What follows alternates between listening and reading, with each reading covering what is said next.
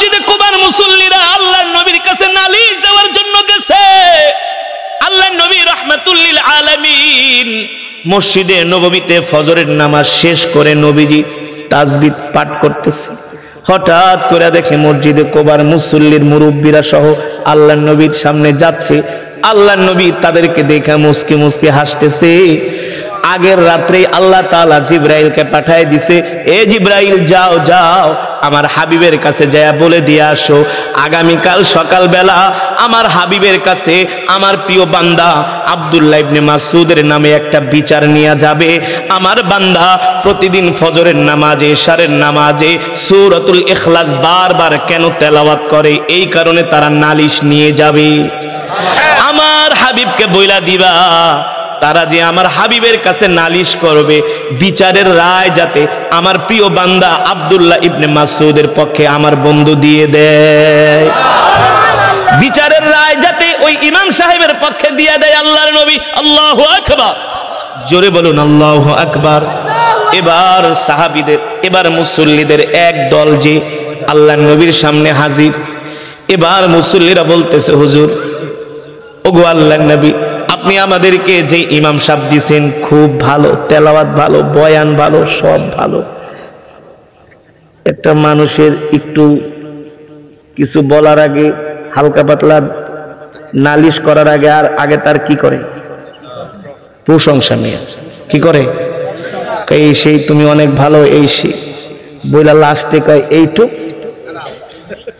আল্লাহর নবীর কাছে বলতেছে, ওগো আল্লাহর নবী, আমাদের ইমাম সাহেব এত সুন্দর, এত চমৎকার তেলাওয়াত করে, এত চমৎকার বয়ান করে, আখলাক চরিত্র এত সুন্দর। ওগো আল্লাহর নবী, তিনি আমাদের জন্য অনেক বড় নিয়ামত। নবীজি শুইনা মুস্কি হাসে, এত বলতেছো, পরেরটা বলো। পরেরটা কি? এটা তো আল্লাহর নবী আগেই জানে, আল্লাহ তাআলা জিবরাইলের মাধ্যমে জানায় দিছে। কিন্তু আমার নবী কিন্তু গায়েব। কেউ যদি বলে আমার নবী গায়েব জানে, তার ঈমান। ওমা ইয়ানতিকু আনিল হাওয়া ইন হুয়া ইল্লা ওয়াহয়ু ইউহা। আল্লাহ তাআলা আমার নবীকে যা জানায় সব জিবরাইলের মাধ্যমে, আমার নবীর জানার কোনো উপায় নাই, ঠিক কিনা বলে? আল্লাহর নবী মুসল্লিদের কথা শুনে মুস্কি মুস্কি হাসে আর বলে, পরেরটা পরে তো কিছু, এটা তো আল্লাহর নবী জানে, জানায় দিছে জিবরাইল, ঠিক কিনা বলেন? আগের রাত্রে।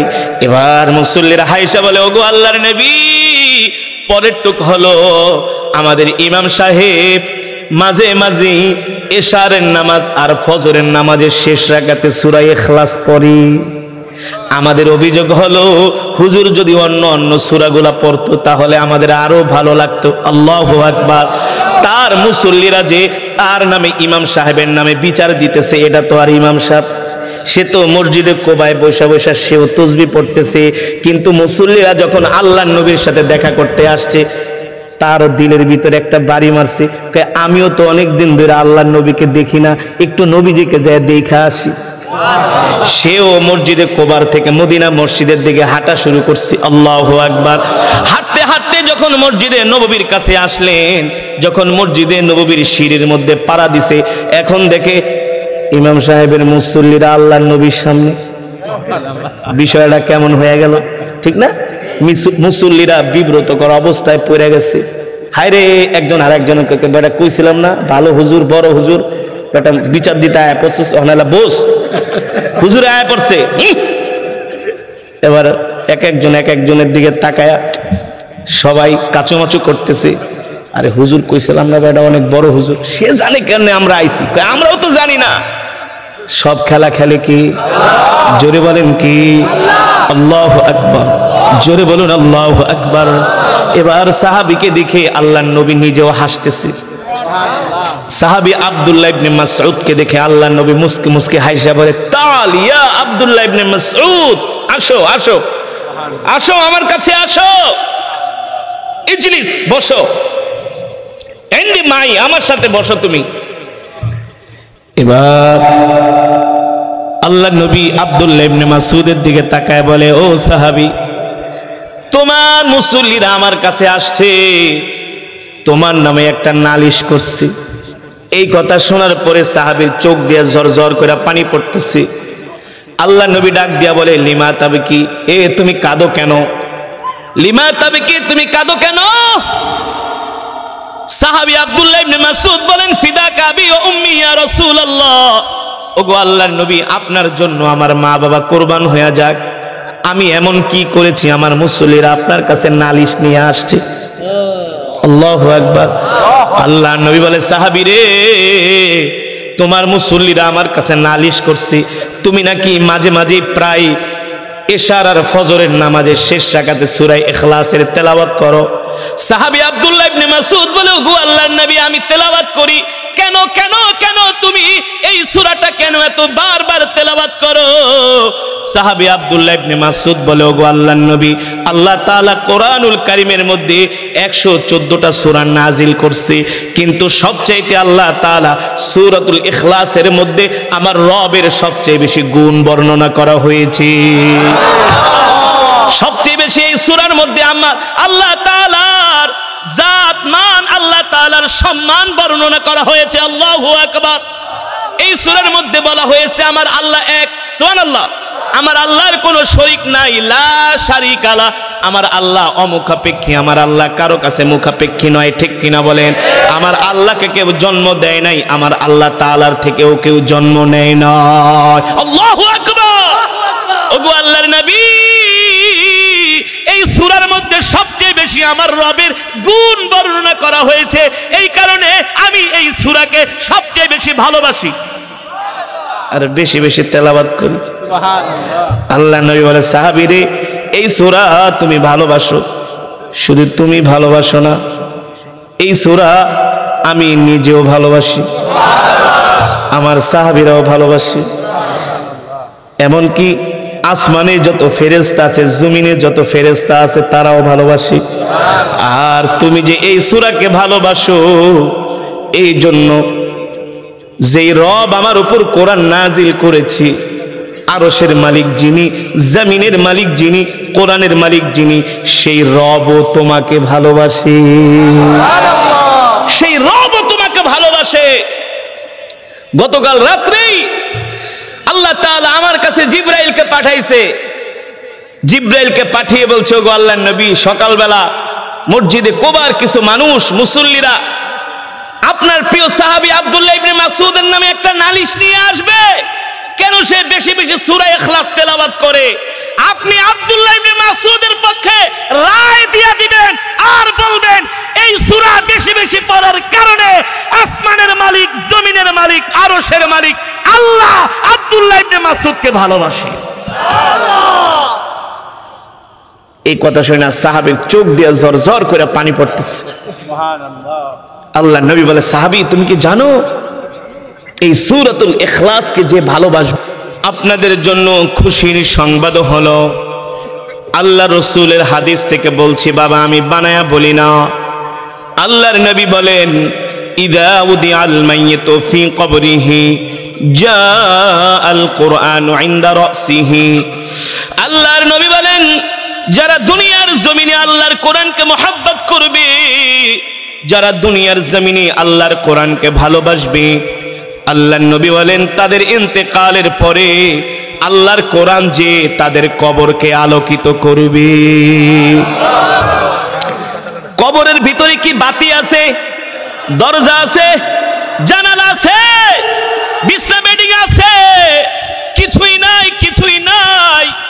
আল্লাহর নবী বলেন, ও উম্মত, তোমরা যদি কোরআনকে ভালোবাসো, কোরআনকে মহব্বত করো, কোরআনের তেলাওয়াত করো, কোরআনের তেলাওয়াত শোনো, কোরআনের বয়ান শোনো, ওই কোরআন অনুযায়ী যদি তোমরা আমল করো, তোমাদের ইন্তেকালের সাথে সাথে তোমাদেরকে যখন কবরের মধ্যে শোয়াবে, ওই কবরে মা যেতে পারবে না, বাবা যেতে পারবে না, ভাই যেতে পারবে না, বোন যেতে পারবে না, পৃথিবীর কারো কোনো ক্ষমতা নাই ওই কবরের মধ্যে যাওয়ার, তোমার কবরটাকে আলোকিত করারও কারো কোনো ক্ষমতা নাই।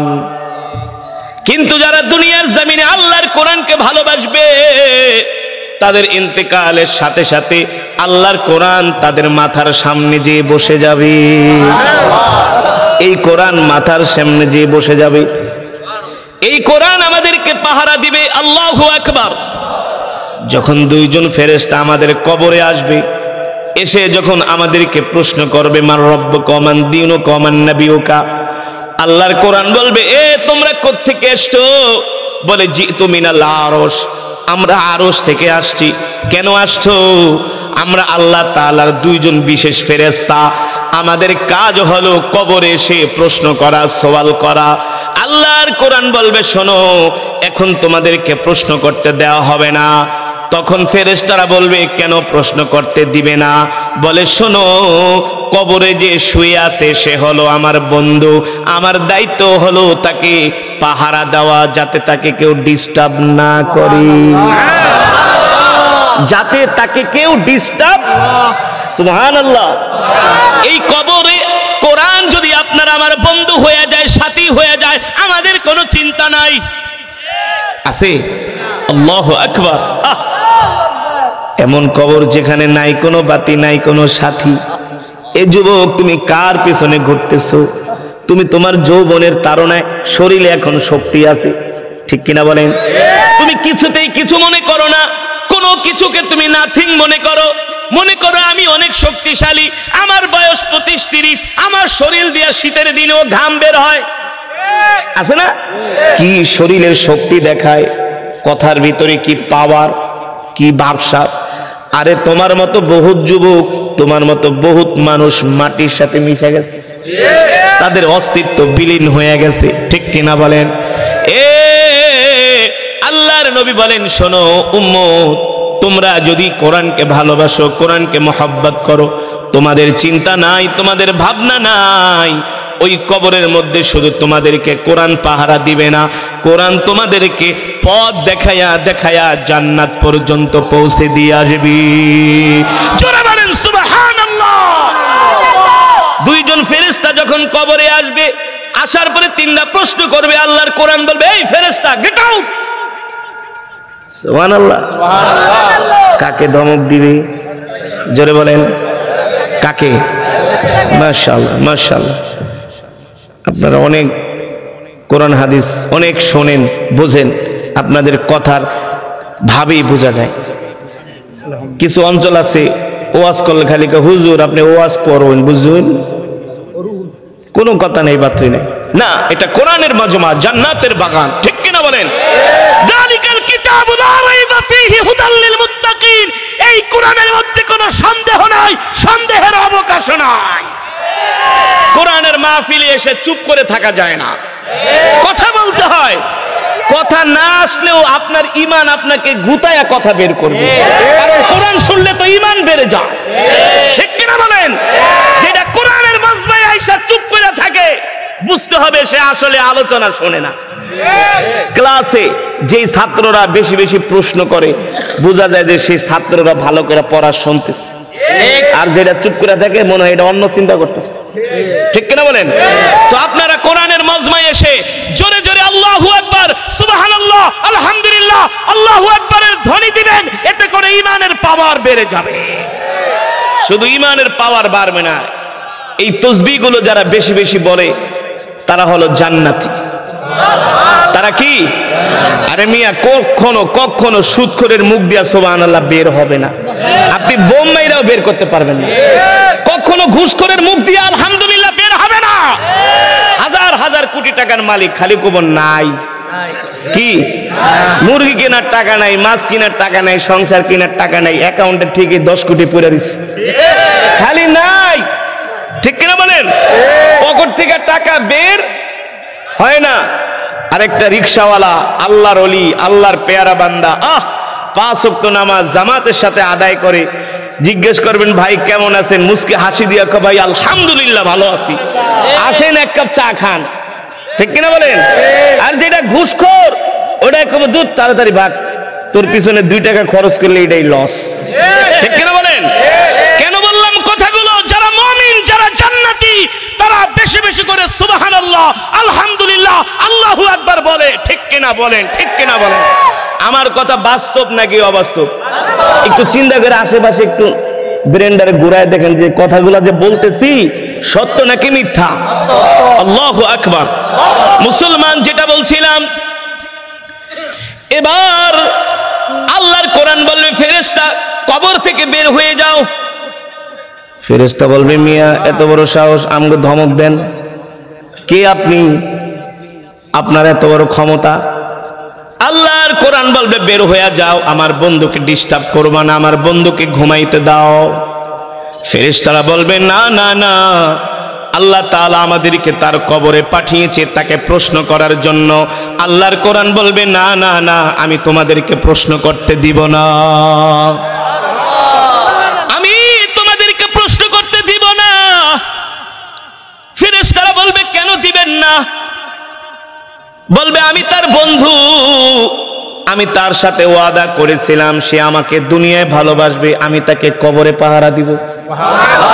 জোরে বলেন সুবহানাল্লাহ। মুসলমান, কোরআনুল কারীমের মধ্যে 29 পারা একটা সূরা আছে, সূরাতুল মুলক। নাম কি? সূরাতুল মুলক। হাদিস শরীফের মধ্যে এসেছে কেউ যদি প্রতিদিন এশারের নামাজ আদায় করে ঘুমানোর পূর্ব মুহূর্তে যদি সূরাতুল মুলকের আমল করে, ওই ব্যক্তি যদি মারা যায়, সূরাতুল মুলক বলে যদি আল্লাহ তোমাকে জান্নাত না দেয় তাহলে আমি আল্লাহর সাথে তোমার জন্য ঝগড়া করব। সূরাতুল মুলক বলে তুমি যদি আমাকে প্রতিদিন এশারের নামাজের পরে আমাকে আমল করো, আমাকে তেলাওয়াত করো, আমি তোমার জান্নাতের গ্যারান্টি হয়ে যাব। আল্লাহু আকবার। কোন সূরা? সূরাতুল আল্লাহু আকবার। জোরে বলেন আল্লাহু আকবার। এই কারণে আবার নামাজ বাদ দিয়া সূরা মুলক পড়েন না, ঠিক কিনা বলেন? আমি গেছি সিলেটে ওয়াজ করতে, সূরাতুল ইখলাসের ফজিলতের বয়ান করতেছি যে কেউ যদি 1000 বার সূরাতুল ইখলাস তেলাওয়াত করে প্রতিদিন, আগে 11 বার দুরূদ শরীফ, পরে 11 বার দুরূদ শরীফ, আল্লাহ তাআলা তার জন্য 300টি রিজিকের দরজা খুলে দেয়। তার ইন্তেকালের পরে আল্লাহ তাআলা তার জানাজায় আসমান থেকে 70,000 ফেরেশতা পাঠায় দেয়। কেউ যদি সূরাতুল ইখলাস প্রতিদিন ফরজ নামাজের পরে 10 বার তেলাওয়াত করে, কয়বার? জোরে বলুন কয়বার? তাহলে রাসূলের হাদিস তিরমিজির বর্ণনায় আসছে তার ইন্তেকালের পরে আল্লাহ তাকে বিনা হিসাবে জান্নাত দিয়ে দিবি। সূরাতুল ইখলাস কোরআনুল কারীমের মধ্যে 114টা সূরা আছে। কয়টা সূরা? কিন্তু সূরাতুল ইখলাস পড়তে ছোট, দেখতেও ছোট, আয়াত সংখ্যাও ছোট, কিন্তু মর্যাদার দিক থেকে সবচেয়ে বড়। কারণ কে বলতে পারেন? এই যে একটু আগে একজন হুজুর শুধু বলতেছে আল্লাহুস সামাদ, কে জানি বলছে আল্লাহুস সামাদ, আল্লাহুস সামাদ। আমার রব অমুখাপেক্ষী, আমার রব কারো মুখাপেক্ষী না, ঠিক কিনা বলেন? আমার রব এমন রব যাকে কেউ জন্ম দেয় নাই, আমার রব কারো থেকে জন্ম নেয় নাই, আমার রবের সমকক্ষ কেউ নাই, ঠিক কিনা বলেন? কুল হুয়াল্লাহু আহাদ। আমাদের রব কয়জন? আরো জোরে বলেন কয়জন? হিন্দুদের হলো 33 কোটি দেবতা। হিন্দুদের দেবতা কত কোটি? আর আমাদের আল্লাহ, আল্লাহু আকবার। আমাদের রব একজন, আল্লাহ রাজত্বের মালিক, আল্লাহ একচ্ছত্র ক্ষমতার মালিক, দুনিয়ার মালিক, জমিনের মালিক। কোরআনে আছে কি আছে না? নাই। ইন্না ফি খালকিস সামাওয়াতি ওয়াল আরদি ওয়া ইখতিলাফিল লাইলি ওয়ান নাহারি লাআয়াতিন লিউলিল আলবাব। আল্লাহ তাআলা বলে, নবী দুনিয়ার মানুষদেরকে বলে দেন এই জমিন সৃষ্টি করেছি আমি, আসমান সৃষ্টি করেছি আমি, সূর্য সৃষ্টি করেছি আমি, চন্দ্র সৃষ্টি করেছি আমি, রাত এবং দিনের মাঝে যেই পার্থক্য, এই পার্থক্য সৃষ্টি করেছি আমি। আল্লাহ তাআলা যদি আজকে রাত্রে সূর্য না উঠায়, পৃথিবীর কোন রাজা বাদশার ক্ষমতা নাই এক ফোঁটা সূর্যের আলো দেওয়ার। আল্লাহ যদি অক্সিজেন বন্ধ করে দেয়, পৃথিবীর কোন রাজা বাদশা আমাদেরকে একটু অক্সিজেন দিতে পারবে না। পারবে? জোরে বলেন। আপনারা যে জায়গাটায় বসে আছেন এটা একটা চর এলাকা, ডানেও নদী, বায়েও নদী, সামনেও নদী, পিছনেও নদী। আপনারা কিন্তু সে একটা জায়গায় বাস করেন, সেন্ট মার্টিন, কোনো ভেজাল নাই। সুবহানাল্লাহ। এই কারণে আপনাদের আরো বেশি উচিত ইবাদত করা, কারণ সুন্দর জায়গা তো। আগে রাজা বাদশারা এমন করে শহর বানাইতো চতুর্দিকে সমুদ্র, যাতে কেউ হামলা করতে না পারে। মুসলমান আমার বলার উদ্দেশ্য হলো, ডানেও নদী, বামেও নদী, সামনেও নদী, পিছনেও নদী। এই নদী সৃষ্টি করেছেন কি? জোরে বলেন। বিশ্বাস করেন কি করেন না? কোরআনে আছে কি আছে না? আচ্ছা, আপনাদের কাছে আমার প্রশ্ন, যদি আল্লাহ এই নদী সৃষ্টি না করতেন তাহলে তো কোরআনে আসতো না। কথা বলে, আল্লাহ তাআলা নদী সৃষ্টি করেছেন, কোরআনের মধ্যে আছে কি আছে না? আছে। সুবহানাল্লাহ বলেন। ওয়া হুয়াল্লাযী সাখখারাল বাহরা লিতাকুলু মিনহা লাহমান তারিয়া। সুবহানাল্লাহ। আল্লাহ তাআলা কোরআনুল কারীমের মধ্যে বলেন, নবী দুনিয়ার মানুষদেরকে বলে দেন, আমি আল্লাহ এই পৃথিবীর জমিনে বড় বড় নদী বানাইছি, বড় বড় সমুদ্র সৃষ্টি করেছি, বড় বড় নদী সৃষ্টি করেছি। শুধু আমি নদী সৃষ্টি করি নাই, সমুদ্র সৃষ্টি করি নাই, এখানেই আমার সৃষ্টি শেষ না। আমি আল্লাহ এই নদীর মধ্যে তাদের জন্য বিভিন্ন প্রজাতির মাছের ব্যবস্থা করেছি। লাহমান তারিয়া, লাহমান তারিয়া, লাহমুন মানে গোশত, লাহমুন মানে কি? লাহমুন তরিয়া। আল্লাহ তাআলা বলে, আমি নদীর মধ্যে তোমাদের জন্য তাজা তাজা গোশতের ব্যবস্থা করেছি, অর্থাৎ তাজা তাজা মাছের ব্যবস্থা করেছি। সুবহানাল্লাহ। আল্লাহ বলে, আমি তোমাদের জন্য আইর মাছ বানাইছি। আইর ভালো লাগে না, বোয়াল খাও। বোয়াল ভালো লাগে না, ইলিশ খাও। ইলিশ ভালো লাগে না, চিংড়ি খাও। চিংড়ি ভালো লাগে না, রিডা মাছ খাও। রিডা মাছ ভালো লাগে না, বাইল্লা মাছ খাও। এই নদীর মধ্যে মাছ ছেড়ে দিয়েছেন কি? প্রধানমন্ত্রী, রাষ্ট্রপতি, পৃথিবীর কোন রাষ্ট্রপ্রধান? না না না না। আমি গত এক সপ্তাহ আগে কক্সবাজারে প্রোগ্রামে গিয়েছি, একেবারে সমুদ্রের পারে, সমুদ্রের পারে। যখন আমি বলতেছি, এ কক্সবাজারের মানুষেরা এই যে সমুদ্র থেকে 200 কেজি 300 কেজি ওজনের বড় বড় মাছ ধইরা বিক্রি করেন 3-4-5 লক্ষ টাকা, ঠিক কিনা বলেন? এই বড় বড় মাছ কি তোমার দাদায় ছাড়ছে না, তোমার নানায়, না তোমার প্রধানমন্ত্রী, না তোমার রাষ্ট্রপতি, না তোমার আমেরিকার প্রেসিডেন্ট, না ভারতের প্রেসিডেন্ট? এই সমুদ্রের মধ্যে আল্লাহ তাআলা বড় বড় মাছ আমাদের জন্য আল্লাহ তাআলা সৃষ্টি করেছেন, ঠিক কিনা বলেন?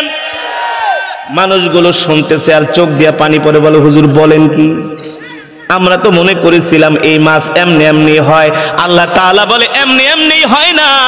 আমি আল্লাহ তোমাদের জন্য নদীর মধ্যে তাজা তাজা মাছের ব্যবস্থা করছি। এটা আমি আমার কুদরতে তোমাদের জন্য রিজিকের ফয়সালা করেছি, ঠিক কিনা বলে? জোরে বলেন আল্লাহু আকবার। এবার আমি ওই যে সূরাতুল ইখলাসের বয়ান করতেছি, যে সূরাতুল ইখলাস 1000 বার তেলাওয়াত করবে, আল্লাহ তাআলা তার জন্য 300টা রিজিকের দরজা খুলে দিবে। বলেন সুবহানাল্লাহ। আর জোরে বলুন সুবহানাল্লাহ। সূরাতুল ইখলাস এমন একটি সূরা, কেউ যদি 3 বার তেলাওয়াত করে আল্লাহ তাআলা তার আমলনামায় পূর্ণ 1 খতম কোরআনুল কারীমের সওয়াব দান করে। এই যে আপনারা আজকের মাহফিলে আসছেন, 1 খতম করে করে কোরআনুল কারীমের সওয়াব পেয়েছেন। সুবহানাল্লাহ। 13 পান নাই। আজকের মাহফিলে আসার কারণে যে কি উপকার হয়েছে আপনাদের, 13 পান নাই। আচ্ছা বলেন তো, 1 খতম কোরআনুল কারীম পড়াইতে গেলে কয়জন হুজুর লাগে? কয়জন? কয়জন? কয়জন? 5 জন। আপনি কয়জন? 5 জন। আপনি? যারা 10 জন কইছে, আমি মনে করি তাদেরটা 100% সহি। আর 5 জন হুজুর হইলে ঠিক মতো পড়ে না। 10 জন হইলে 3 পারা করে 1 ঘন্টায় শেষ করে। ইমাম সাহেবরা আবার রাগ হয়েন না, মানে সব ইমাম সাহেব, হয়তো এই এলাকার ইমাম সাহেবরা ভালো। আমি ছোটবেলায় চরে এক মসজিদে গেছি রমজান মাসে, দৌড় এত পড়া লাগে নাকি? রমজান মাসে বেড়া 3 বার সূরা ইখলাস পড়, 70 থেকে 700 খতমের সওয়াব পাবি। 10 জন ইমাম লাগে। 1 খতম কোরআনুল কারীম পড়াইতে কয়জন ইমাম লাগে? কয়জন? 10 জন হইলে 3 পারা কইরা 1 ঘন্টায় কিংবা 1.5 ঘন্টায় চা টা খায়া মোটামুটি একটু রিল্যাক্সে 1 খতম কোরআন সুন্দরভাবে কি তার তিলের সাথে পড়া যায়। তো 1 খতম কোরআন শরীফ যে পড়াইবেন, উত্তর পাড়ার হুজুরে কবে, দূর হবে, আমার সময় নেই, আমার আরো 2টা খতম আছে, কয় না? মোল্লাবারে ইমাম কব দূর ভাই আমার ডায়াবেটিস, আমি এই যাইতে যাইতে পারব না, শরীর ভালো না। পূর্ব পাড়ার ইমাম কব আমি যাইতে পারি, আমার জন্য একটু দেশি মুরগির ব্যবস্থা করতে হবে, ঠিক কিনা বলেন? আরেকজন কব আমার জন্য একটু দেশি গায়ের দুধ দিয়ে একটু ভালো করে পায়েসের ব্যবস্থা করতে হবে, কথা কয় না? আরে মিয়া হুজুর আর রান খাইলে আপনারা তো জোলও খান, খান তো হুজুরদের উসিলায়, খান তো মোল্লাদের উসিলায়, টের তো পান না, ঠিক কিনা বলেন? সিন্নি যে খাইলেন মাগার মোল্লা চিনলেন না, সবকিছু মোল্লাদের উসিলায়। এই পৃথিবী শাসন করেছে মোল্লারা, ঠিক কিনা বলেন? শুরুতে মোল্লারা, শেষেও মোল্লারা।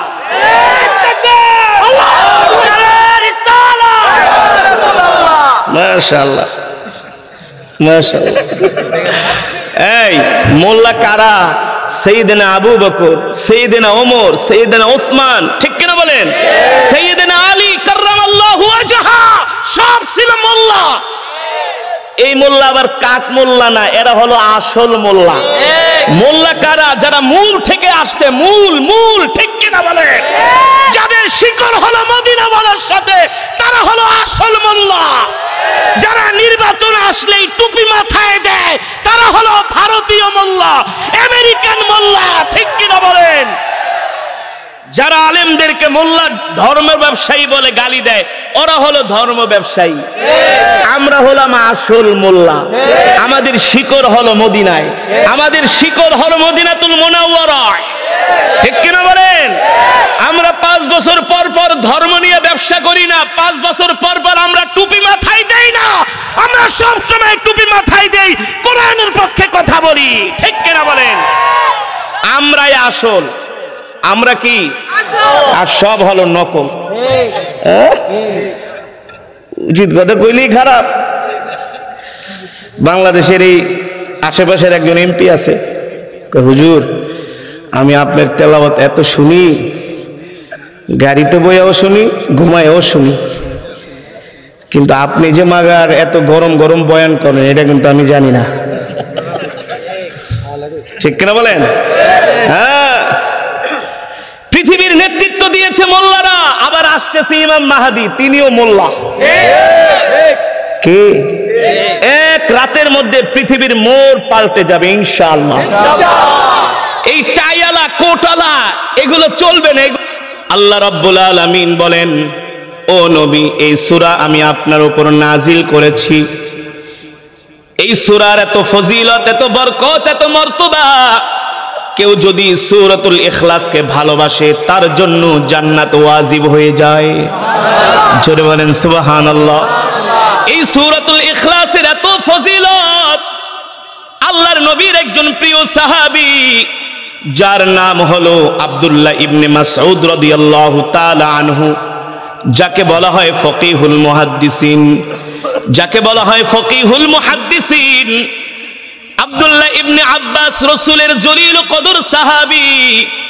আল্লাহর নবী যখন মক্কা থেকে মদিনায় যান, হিজরত করি, আল্লাহর নবীর পবিত্র হাত মোবারক দ্বারা মদিনার মাটিতে প্রথম একটা মসজিদ নির্মাণ করেছিলেন, যেই মসজিদের নাম হলো মসজিদে কোবা। কোন মসজিদ? যারা মক্কা মদিনায় গিয়েছেন, হজ উমরায় গিয়েছেন, মসজিদে কোবায় যায় যদি কেউ 2 রাকাত নামাজ পড়ে, আল্লাহ তাআলা তার আমলনামায় একটা উমরার সমান সওয়াব দান করি। গেছিলেন মসজিদে কোবায়? মদিনা শরীফ থেকে 3 কিলোমিটার না? কি যে ভালো লাগে, আল্লাহু আকবার। যে রাস্তা দিয়ে আমার কলিজার টুকরা নবী হেঁটেছেন, যেই রাস্তার উপরে, যেই জমিনের উপরে আমার কলিজার টুকরা নবীজির কদম মোবারক লেগেছেন, ঠিক কিনা বলেন?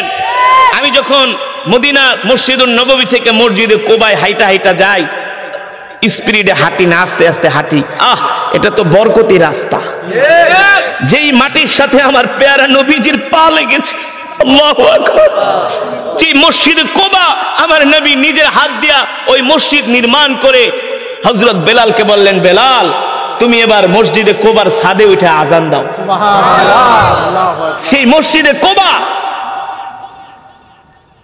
মসজিদে কোবার কিছু মুসল্লিরা আল্লাহর নবীর কাছে আসছে, ওগো নবীজি আমাদেরকে একজন ইমাম সাহেব দেন, আমাদেরকে একজন ইমাম সাহেব দেন নামাজ পড়ানোর জন্য। 1450 বছর আগের কথা বলছি। আল্লাহর নবী সাহাবী আব্দুল্লাহ ইবনে মাসউদকে ডাক দিলেন, চাল ইয়া আব্দুল্লাহ ইবনে মাসউদ ইজলিস হুনাক, এদিকে আসো, বসো।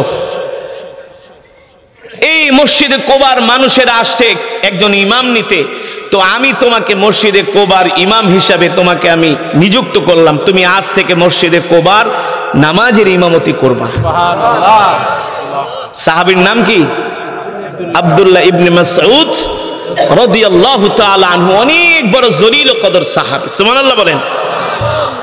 সাহাবায়ে কেরাম যদি কোনো মাসালায় মধ্যে যদি তাদের কোনো মাসালা নিয়ে দ্বন্দ্ব হতো, তার আব্দুল্লাহ ইবনে মাসউদের কাছে চলে যেতেন, তিনি ফয়সালা দিয়ে দিতেন। সুবহানাল্লাহ। এত বড় জলিল কদর সাহাবী, আল্লাহু আকবার। তো সাহাবী আব্দুল্লাহ ইবনে মাসউদকে আল্লাহর নবী মসজিদে কোবার ইমাম হিসেবে নিযুক্ত করলেন। তো একদিন, 2 দিন, 1 মাস, 2 মাস, 3 মাস যায়, মুসল্লিরা ইমাম সাহেবের পিছে নামাজ পড়া খুবই মজা পাচ্ছে, খুবই মজা পাচ্ছে। তেলাওয়াত সুন্দর, বয়ান সুন্দর, সব দিক দিকে সুন্দর, অল ইন অল। কিন্তু ইমাম সাহেবের সমস্যা আছে। সমস্যাটা হলো সে প্রতিদিন এশারের নামাজ, মাঝে মাঝে ফজরের নামাজের শেষ রাকাতে সূরাতুল ইখলাস তেলাওয়াত করে। কোন সূরা? কোন সূরা?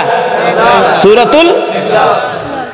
এখন আপনারা হইলে কি কইতেন যে হুজুর মনে হয় আর কোন সূরা জানে না। আমরা হইলে তো চায়ের দোকানে বসে গেতাম, হুজুর তো ভালো কিন্তু সমস্যা। হ্যাঁ, এক সূরা বারবার পরে আর কি কোন সূরা পারে না। আবার কেউ কেউ তো হুজুর না কোন দিন আমার বেড়া ভেঙ্গা দৌড় মারে। আমাদের বর্তমান যে সমাজের অবস্থা, আমরা তো ইমাম সাহেবকে সামনে আইলে সালাম আর পিছে গেলে গীবত করি। আছে কি আছে না? যত দোষ ইমাম সাহেবদের, যত দোষ ইমাম সাহেবদের আর মুয়াজ্জিন সাহেবদের। ঘরে বোর সাথে ঝগড়া করে পারে না, পরে এসে ইমাম সাহেবের সাথে রাগ মিটায়। আইসা মসজিদের ফ্লোর এমন করে ডলে, হুজুর বালুকে বালুকে আপনি পরিষ্কার করতে পারেন না, আপনি পরিষ্কার করতে পারেন না। ইমাম কি আপনার গোলাম? ইমাম গোলাম নয়, ইমাম হলো নেতা, ঠিক কিনা বলেন? আপনি মসজিদ পরিষ্কার করবেন, এক একটা ধূলিকণার সাথে আপনার গুনাহগুলো ঝরে যাবে। কারণ আমরা তো সবাই আল্লাহর ঘরের খাদেম, ঠিক আছে? ইমাম সাহেব মুয়াজ্জিনদেরকে একটা দায়িত্ব দেন, ঠিক আছে, কিন্তু ধমকানের অধিকার আপনার নাই। আল্লাহর ঘরের ময়লা পরিষ্কার করা এটা তো নিজের জন্য সৌভাগ্য, সৌভাগ্য না? কিন্তু কিছু মানুষ আছে সব আইসা শুধু হুজুরকে ধমকায়। আরে মিয়া, হুজুরদের ধমকাইতেছেন, যেই বেতন দেন এই বেতন দিয়ে মিয়া পানিও গরম হয় না। ইমাম সাহেবরা যে আপনাকে ঘরে যে চুরি করেন এটাই তো বেশি। 12,000 টাকা 15,000 টাকা বর্তমানে কি সংসার চলে? জোরে বলেন, চলে? ইমাম সাহেবরা কেন মসজিদের ইমামতি করে? ইমামতি বাদ দিয়ে যদি অটো চালায় তারপরে মাসে 30-35,000 টাকা ইনকাম করা যায়। ইমাম সাহেবরা শুধু মাদ্রাসায় মসজিদে ইমামতি করে আল্লাহর জমিনে আল্লাহর দ্বীনকে টিকিয়ে রাখার জন্য, নিজের দায়িত্বের জন্য, ঠিক কিনা বলেন? নিজের কিসের জন্য? আল্লাহর জমিনে আল্লাহর দ্বীন কায়েম করতে হবে, আল্লাহর দ্বীনকে জিন্দা রাখতে হবে। এই কারণে আলেম ওলামারা তারা আল্লাহর ঘরের আল্লাহর দ্বীনের খেদমত করে। যদি তারা দ্বীনের কথা না বলে, কোরআনের কথা না বলে, আপনারা গোমরা হয়ে যাবেন। গোমরা, গোমরা। রাগ করতেছেন? গোমরা হয়ে যাবেন। ফজরের সময় বেটকায় ঘুমায় থাকেন, ফজরের নামাজ তো পড়েন না। মুয়াজ্জিন তো ঠিকই উঠে আসসালাতু খায়রুম মিনান নাওম। আমার এলাকার মসজিদের এক মুয়াজ্জিন রাগ করে কয়, হুজুর এই চাকরি আর করুন না। কই কে? কয় যার নাই কোনো গতি হে করে ইমামতি। আমাকে ধর্মিয়া ইমামতি অনেক সম্মান, সুবহানাল্লাহ।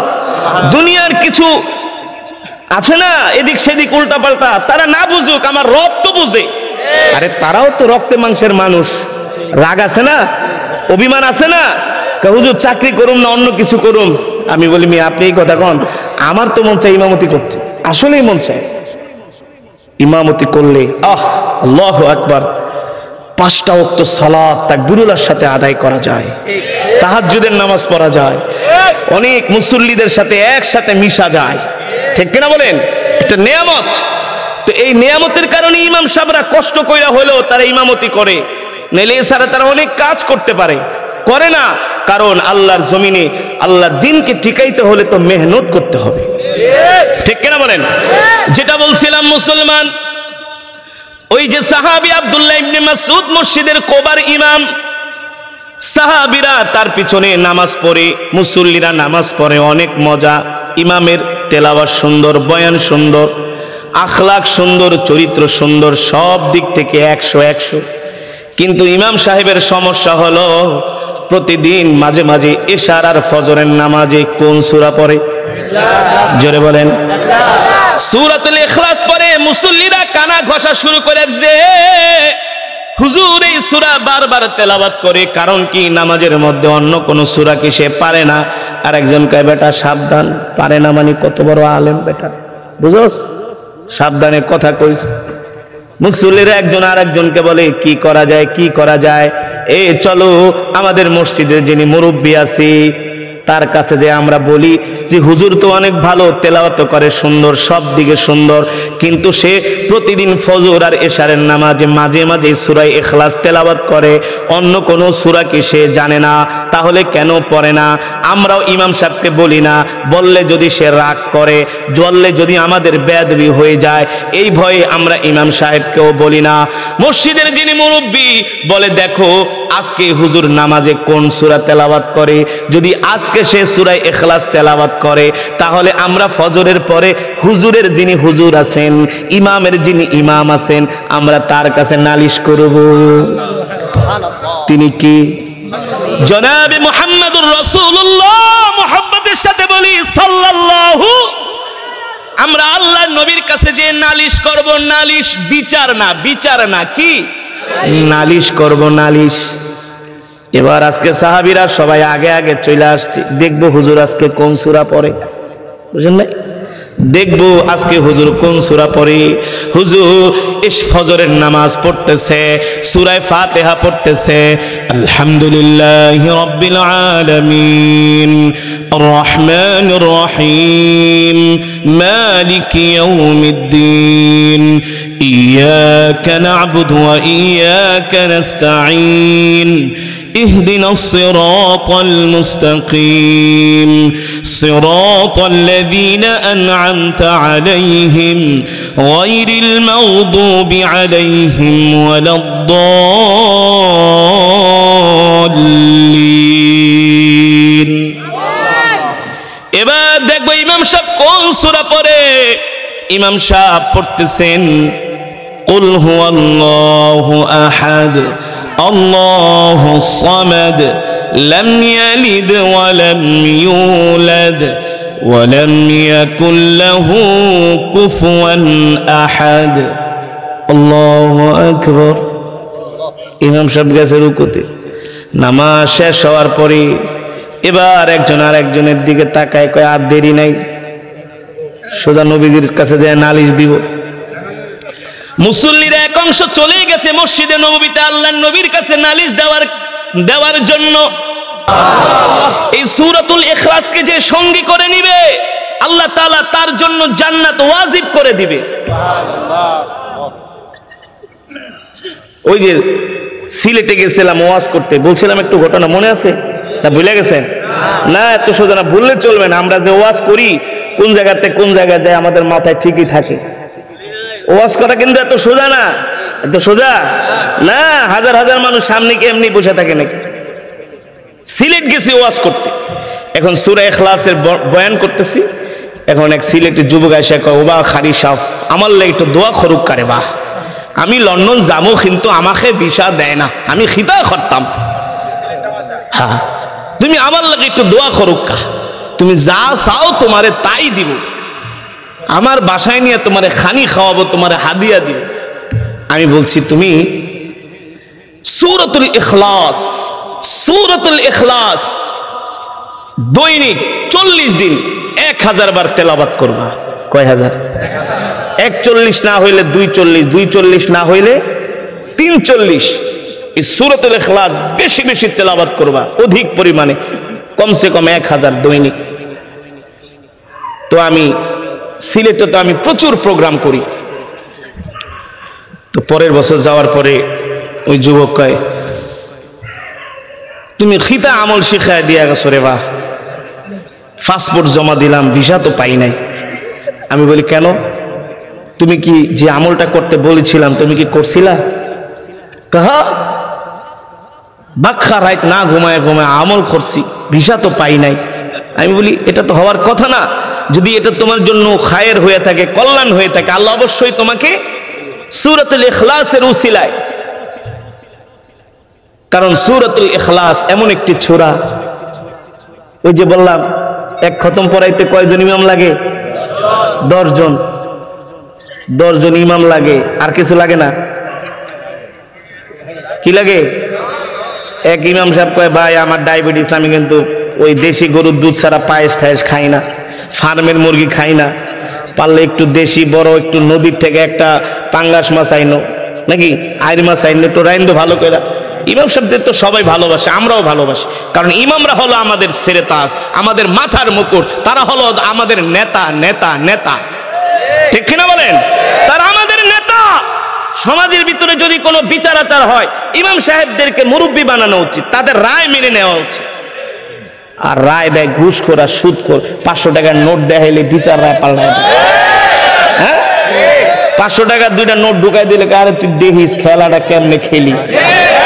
কি আরে চিন্তা করিস না, বামাইদা বিড়ি খেয়াল করতে চিনোস না আমারে। আর এক খতম কোরআন শরীফ পড়াইতে গেলে বর্তমান সময়ে 20,000 টাকা লাগে, খাওয়ায়া আবার যাওয়ার সময়। ব্যাপারী সাহেব জায়গা, আসসালামু আলাইকুম। মানে কি হুজুর বহেন, আমার একটু খাইতে দেন, হাদিয়া রেডি। তার মানে এক খতম কোরআন পড়াইতে গেলে বর্তমানে 10-15-20,000 টাকা লাগে হাদিয়া সহ। আর আপনারা আজকের মাহফিলে আসার কারণে বিনা হাদিয়ায় বিনা কষ্টে এক খতম করে কোরআনুল কারীমের সওয়াব পাইছেন। আর জোরে বলেন সুবহানাল্লাহ, আল্লাহু আকবার। কিভাবে বলতে পারবেন? কিভাবে পেয়েছেন বলতে পারবেন? ওই যে আমি তেলাওয়াতের মধ্যে সূরাতুল ইখলাস 3 বার পড়েছি, প্রতি মাহফিলে পড়ি, সব জায়গায় পড়ি। আল্লাহ তাআলা চাইলে এই উসিলা আল্লাহ আমাকে মাফ করে দিতে পারে, যে তুই সূরা ইখলাসকে ভালোবাসছস, যা এই উসিলা তোর মাফ করে দিলাম, তোর সামনে যারা আছিল তাদেরকেও মাফ করে দিলাম। আল্লাহ আপনি আমাদের কবুল করে নেন। আল্লাহ আমরা সূরা ইখলাসকে ভালোবাসি, আপনিও আমাদেরকে ভালোবাসেন, বলি আমিন। আর জোরে সরে বলি আমিন। তো এই যুবকরে কইলাম তুই কি সূরা ইখলাস পড়ছস? কয় হুজুর বিশ্বাস করেন সারা রাত খালি তাসবিহ টিপছি, সারা রাত। আমি কই সত্যি করে কয় নামাজটা কি ঠিক মতো পড়ছি নাকি না? কয় হুজুর মাঝে মাঝে একটু নামাজ ছাইরা দিছি। নামাজ ছাইরা কি সূরা ইখলাস পড়লে হবে? হবে। আগে নামাজ, তারপরে অন্য আমল, ঠিক কিনা বলেন? আগে নামাজ, তারপরে কি অন্য আমল। শুধু করেন না।